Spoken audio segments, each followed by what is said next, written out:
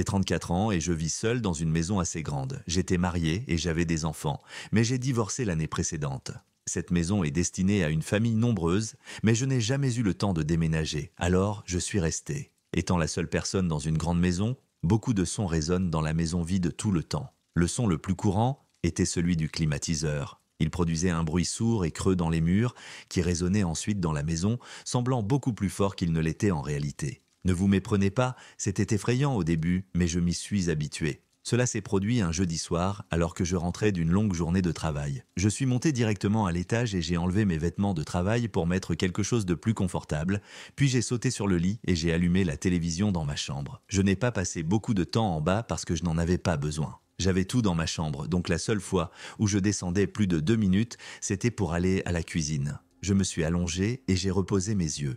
Au bout d'un moment, j'ai entendu le son familier de la télévision. Je n'ai même pas ouvert les yeux. J'ai continué à me reposer. 1 heure plus tard, sans m'être endormi, je me suis levé. J'avais faim pour le dîner. J'ai éteint la télévision et ouvert la porte de ma chambre, et presque à l'improviste, ce bruit de détonation a retenti à nouveau. Je n'avais jamais entendu la climatisation faire ce bruit plus d'1 ou 2 fois par jour, surtout sans toucher au thermostat. J'ai traversé le couloir jusqu'à l'endroit où se trouvait le thermostat de l'étage.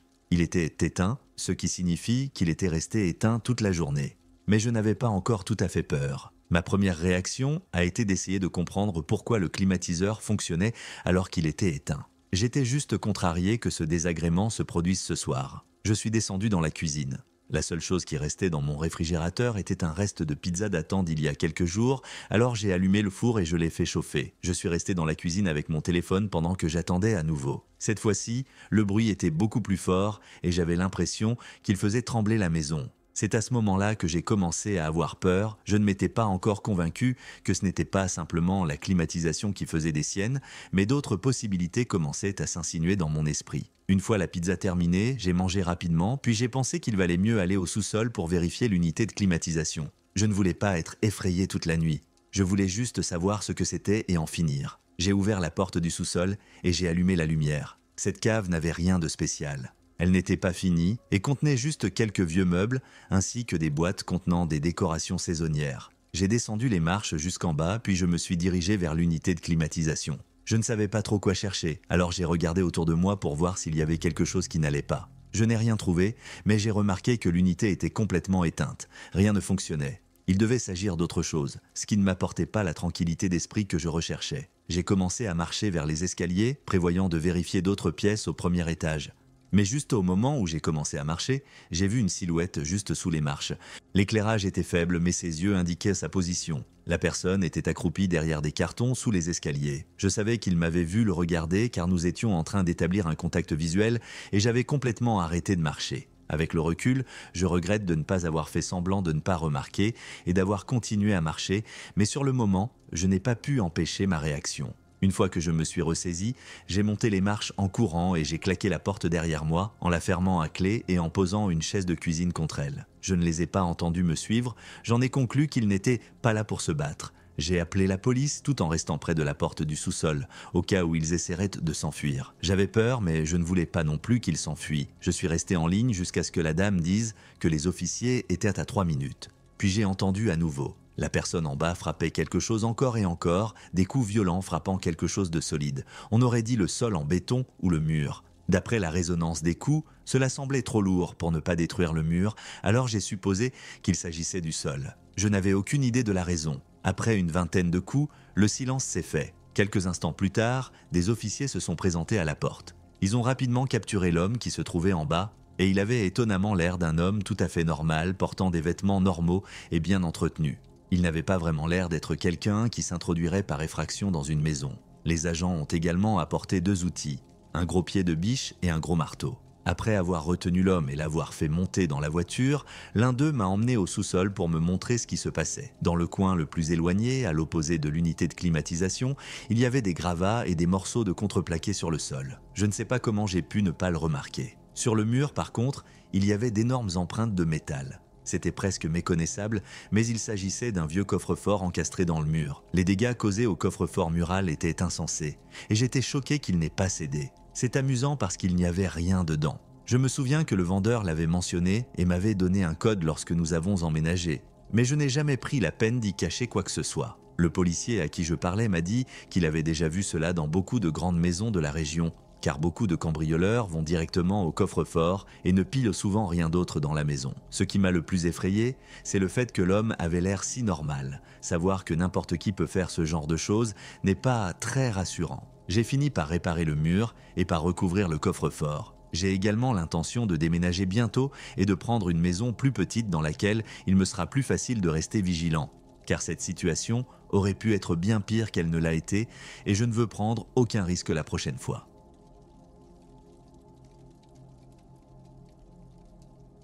J'avais 16 ans à l'époque. Mes parents étaient partis en vacances pour fêter leur 20e anniversaire de mariage. J'ai fait semblant d'être triste quand ils sont partis, mais en réalité, j'étais très excité à l'idée d'être seul et d'avoir toute la maison pour moi. Ils sont partis le vendredi matin après que je sois allé à l'école. En rentrant à la maison, j'ai préparé une collation rapide avec la nourriture qu'ils m'avaient laissée, puis je suis allé dans le salon pour jouer à des jeux vidéo pendant toute la nuit. Je n'avais pas école demain et personne n'était à la maison pour me dire d'aller me coucher, alors j'ai voulu veiller le plus tard possible et profiter du temps qui m'était imparti. J'ai joué en ligne avec mes amis pendant un moment, mais mes amis n'ont pas eu autant de chance que moi. Vers 22h, tous mes amis ont dû se déconnecter. À 11h ou peut-être plus près de midi, le chien de mes voisins s'est mis à aboyer. Ils ont un énorme chien, donc c'était très fort. Même si leur maison est à bonne distance de la mienne. J'ai continué à jouer, mais à travers les écouteurs, je pouvais encore entendre le chien aboyer comme un fou pendant ce qui avait été 3 ou 4 minutes. Comme il était très tard, j'étais à la fois inquiet et agacé. Quand j'ai trouvé le bon moment pour mettre mon jeu en pause,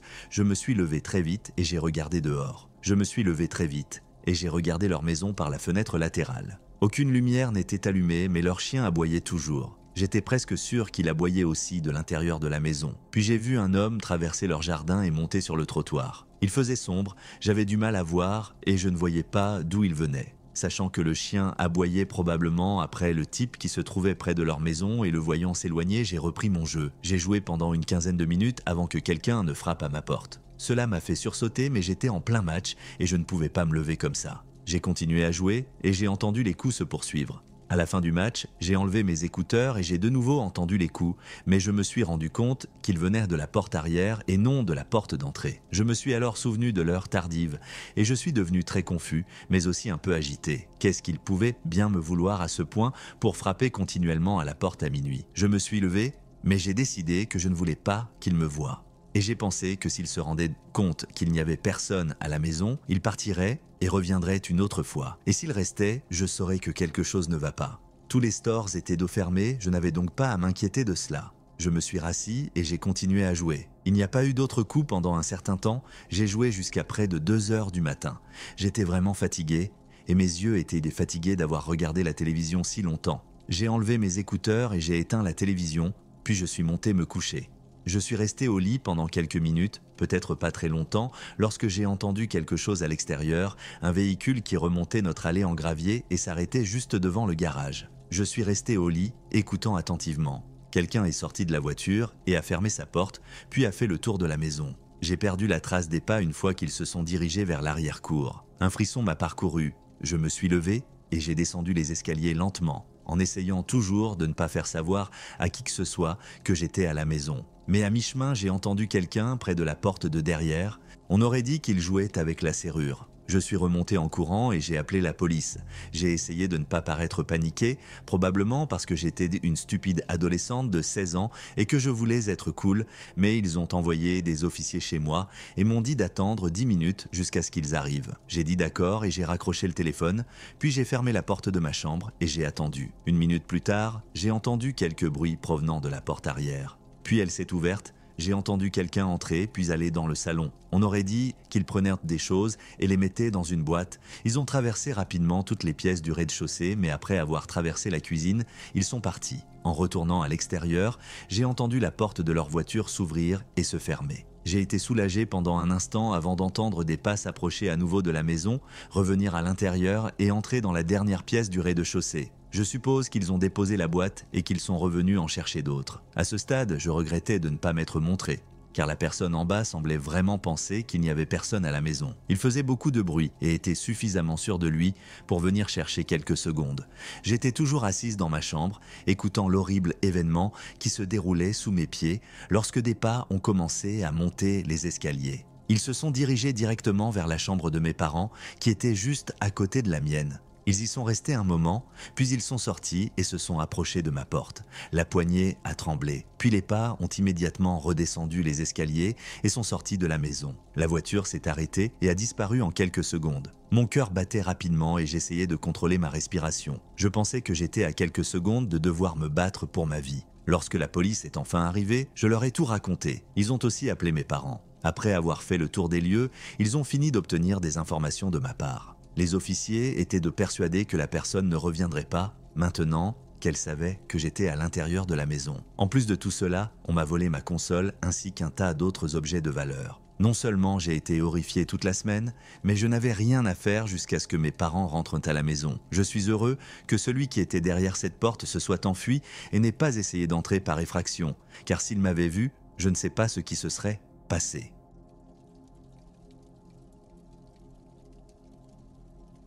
Je travaille à domicile la plupart des jours du mois. Parfois, je dois me rendre au bureau pour récupérer quelque chose ou pour une réunion, mais ce n'est qu'une ou deux fois par mois. Travailler à domicile est très agréable, mais je me laisse souvent distraire. Ce jour-là, j'avais beaucoup à faire et peu de temps pour le faire. J'étais concentré sur mon ordinateur portable au bureau quand on a sonné à la porte. Je me suis précipité vers la porte et l'ai entrouverte, voyant un homme sous mon porche. « Puis-je vous aider ?» demandai-je. « Bonjour, je cherche Monsieur Peters, dit l'homme en me souriant. C'était mon nom, mais je ne l'ai pas reconnu. C'est bien moi. De quoi avez-vous besoin ? L'homme m'a dit qu'il avait des informations importantes à me communiquer et m'a demandé si nous pouvions parler en toute intimité à l'intérieur de la maison. J'ai d'abord demandé de quoi il s'agissait, mais il a refusé de donner des détails. Je suis d'accord alors, ai-je dit en fermant la porte. Je suis remonté à mon bureau et j'ai recommencé à travailler. Une minute plus tard, la sonnette a de nouveau retenti.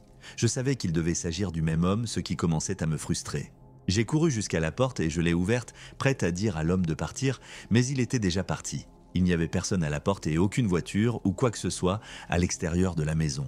J'ai passé la tête dehors et j'ai regardé autour de moi, puis j'ai refermé la porte. Le reste de la journée s'est déroulé sans autre problème. J'ai fini de travailler, j'ai dû faire 1 heure supplémentaire. Quand il s'est fait tard, j'ai éteint la télé et je suis monté me doucher. Avant de me coucher, j'ai ouvert l'eau et j'attendais qu'elle chauffe quand la sonnette a retenti à nouveau. J'ai vérifié mon téléphone, vu qu'il était 10h30, je n'allais pas ouvrir la porte mais je voulais voir qui c'était. Alors je suis redescendu et j'ai regardé par le Judas. Il y avait un homme sous le porche, habillé de vêtements sombres et portant un masque. Même avec le Covid en place, je pouvais dire qu'il s'agissait du même homme que tout à l'heure, d'après la forme de son corps et la façon dont il se tenait.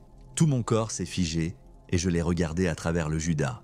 Il a de nouveau sonné à la porte. Je pouvais voir qu'il avait quelque chose de gros dans l'une de ses poches, soit un grand couteau, soit un pistolet. Je n'avais même pas l'impression que tout cela était en train de se produire. J'ai reculé tranquillement, mais je pense qu'il m'a entendu parce qu'il a crié. « Je cherche Monsieur Peters, je dois lui dire quelque chose d'important. » Pensant qu'il savait déjà que j'étais là, j'ai couru à l'étage et pris mon téléphone pour appeler le 911. Pendant que j'étais au téléphone, un coup de feu a retenti dans la maison. Le son soudain m'a fait bourdonner les oreilles, je ne pouvais même pas entendre ce que disait l'officier. La sonnerie s'est estompée au cours de la minute suivante et je n'ai rien entendu d'autre. J'étais sûr que le type était parti, mais j'allais quand même attendre la police. Tout est resté calme jusqu'à ce que j'entende les sirènes arriver. Une fois qu'elles semblaient l'approche, j'ai ouvert la porte de la salle de bain, je suis sorti et je me suis dirigé vers les escaliers. C'est alors que j'ai vu que la porte d'entrée avait été forcée et que, peu de temps après, l'homme a traversé le couloir en sprintant et est sorti par la porte juste avant que les flics ne s'arrêtent. Je pense qu'il avait tiré sur la serrure et mes oreilles bourdonnaient tellement que je ne l'ai pas entendu entrer. J'ai donné au policier une description de l'homme, mais il n'y avait pas grand-chose d'autre. L'homme était manifestement chez moi pour me faire du mal et probablement me tuer. Il connaissait mon nom et me cherchait. C'est ce qui me fait encore peur, jusqu'à ce qu'il se fasse prendre. Je ne pense pas que je me débarrasserai jamais de la peur qu'il revienne.